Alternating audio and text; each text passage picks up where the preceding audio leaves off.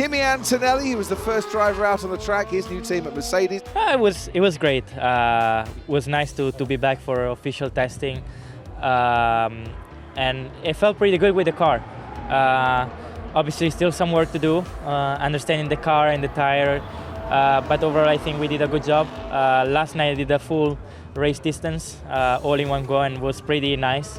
Also to do all the live pit stop and so on. So I think was a positive test. As I said before, still some work to do, but was a decent start, and I really cannot wait for Melbourne. Kimi Antonelli, a statement of intent, you might say, getting first out there this morning. Great to see the 18-year-old. I heard Toto Wolff say the other day that actually the combined age of his two drivers is still younger than him. I still feel surreal that next time we're on track is going to be in Melbourne. But of course, I mean, I'm super excited. It's a great opportunity. Of course, I will spend some more days at the factory to prepare Melbourne and as well all the other races because it's going to be a back-to-back, so Melbourne in China. But yeah, I really cannot wait. And yeah, let's see what we can do. We continue on with Oliver Bearman, part of the Ferrari Academy, which launched him up through the ladder. A brilliant debut season in Formula 2, where he was 4 times a race winner.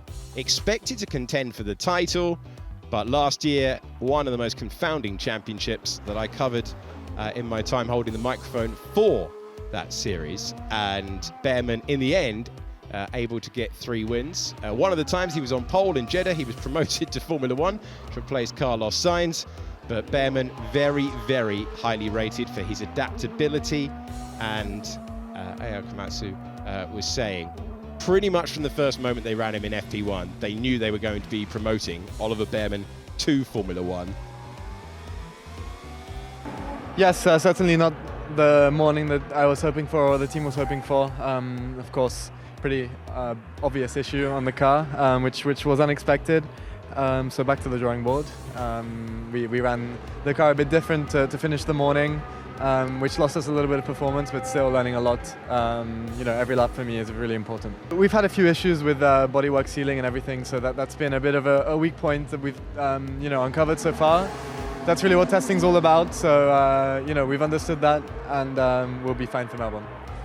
Yeah, feeling good. I mean, it's 2 weeks away, but it really feels like one because I'm flying out next weekend. So it's a long trip to Australia, but really, really excited to get there and get my season started. And yeah, feeling confident. The car was performing really well, particularly yesterday night.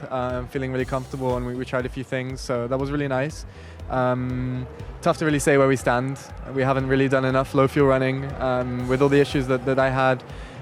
So missing a bit of that, and that's definitely something that I need to work on in Melbourne to get up to speed.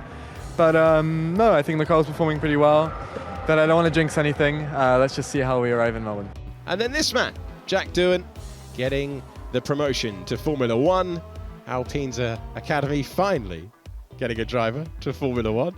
And Jack Doohan behind the wheel, the son of the motorcycle great Mick Doohan, and the family delighted to find Jack behind the wheel, given the opportunity. He was a multiple race winner in Formula 2, crucially in the season that he was targeting the championship in Formula 2, just did not have the car for the first couple of races. Once they found the solution to the problem, week in, week out, he was running at the front of the field. He is a driver who has benefited from a lot of private testing as well. That gave the team the data and the confidence to promote him to the full race team. How does it feel to start pre-season testing as a full-time racing driver? It's good. Enjoying this time and enjoying getting up to speed with the car. We had some a smooth running yesterday, no faults, no anomalies, so that's always a great day, and look forward to getting some night action tonight. Gabriel Bortoleto for Sauber. Of course, he beat Isack Hadjar as well, the driver in that RB, to win the F2 title just 80 days ago in Abu Dhabi. He's become the 4th champion with that to win F2 and F3 in successive years. Yeah, it was a very good 3 days of testing, 1.5 days actually for me, but for the team 3 days. Now Nico is doing the afternoon, and yeah, quite happy with what we achieved. A lot of data to analyze. myself getting used to the car as well, to working with the team. Have a new engineer for this season, so also getting used to him. And yeah, has been a very positive days. But to be honest, 2 weeks it's very close, but it feels amazing at the same time. You know, my first F1 race will be very shortly happening, so yeah, super excited regarding it, and gonna be in the team. Nothing much I can do in this moment, just work with the team now, going to Switzerland, spending some time in the sim, understanding, correlating a bit what we learned from the testing, the sim, and you know, keep the work we have been doing the whole winter, and keep our heads up and work for Australia. Isack Hadjar for Racing Bulls was asking him about when did he know he was coming into F1, and he said, look, you know, not until after Abu Dhabi. Yes, there was an awful lot of speculation, but I didn't know what was happening at all. And he said that being in F1 more than makes up for not winning the F2 title. I didn't get into this business to be in F2. I would say I got up to speed fairly quickly. Yeah, I'm just able to push the limit of the car quite well. Got used to F1, but now the more difficult bit is to extract the most out of it when it matters, and especially on short runs, I feel like there's still some work to do. It's hard to get the tires in the right window as well. So yeah, then learned a lot on really long runs, made a whole lap race distance. My first race distance, I have to say, was really long. But yeah, learned a lot. And yeah, finally this morning I think we had probably our best half a day.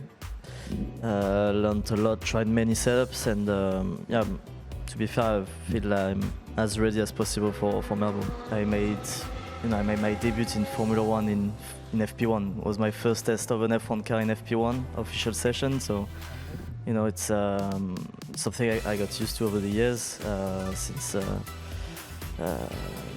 since forever. So I don't feel unprepared at all. Obviously, it would be nice to have some more mileage, to go through some more scenario, but it's how it is, and you know, I learn on the job. I tell you what, it is exciting to have this amount of rookies on the grid. It just feels like a real injection of vigour, and good to see such talent coming through, and recognising that the lower series are the platforms, the step up that they need to come into the highest echelon of motorsport.